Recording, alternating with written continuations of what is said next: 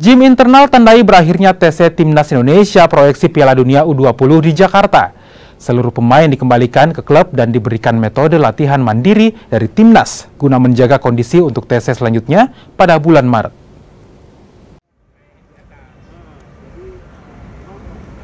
Timnas Indonesia proyeksi Piala Dunia U20 resmi mengakhiri pemusatan latihan tahap awal di Jakarta pada Jumat sore. Game internal menjadi menu terakhir yang diberikan tim pelatih sebelum mengembalikan pemain ke klub masing-masing. Secara umum, tim pelatih telah memiliki data akurat terkait kelebihan dan kekurangan, serta progres individu pemain. Pelatih Indra Syafri menegaskan promosi dan degradasi akan terus dilakukan setidaknya hingga Piala AFF. Tim pelatih juga masih terus memantau para pemain di luar TC yang dinilai mampu bersaing.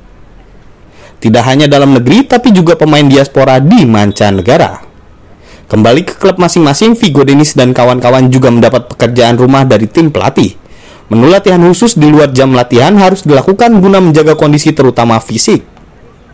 Pemain-pemain yang kita panggil adalah pemain-pemain yang kami anggap terbaik dari TC tahap 1 dan tahap 2. Dan nanti kami akan memanggil pemain-pemain yang punya paspor Indonesia yang bermain di luar negeri, baik itu keturunan, baik itu anak-anak Indonesia yang bermain di luar.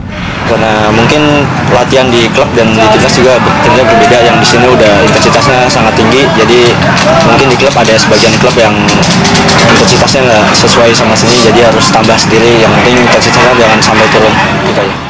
Pemusatan latihan Timnas U20 rencananya kembali bergulir pada Maret. Ada 2 agenda uji coba yang tengah digodok tim pelatih. Adapun kompetisi resmi pertama yang diikuti tim ini adalah Piala AFF 2024 Indonesia. Angga Nuriski, Kompas TV, Jakarta.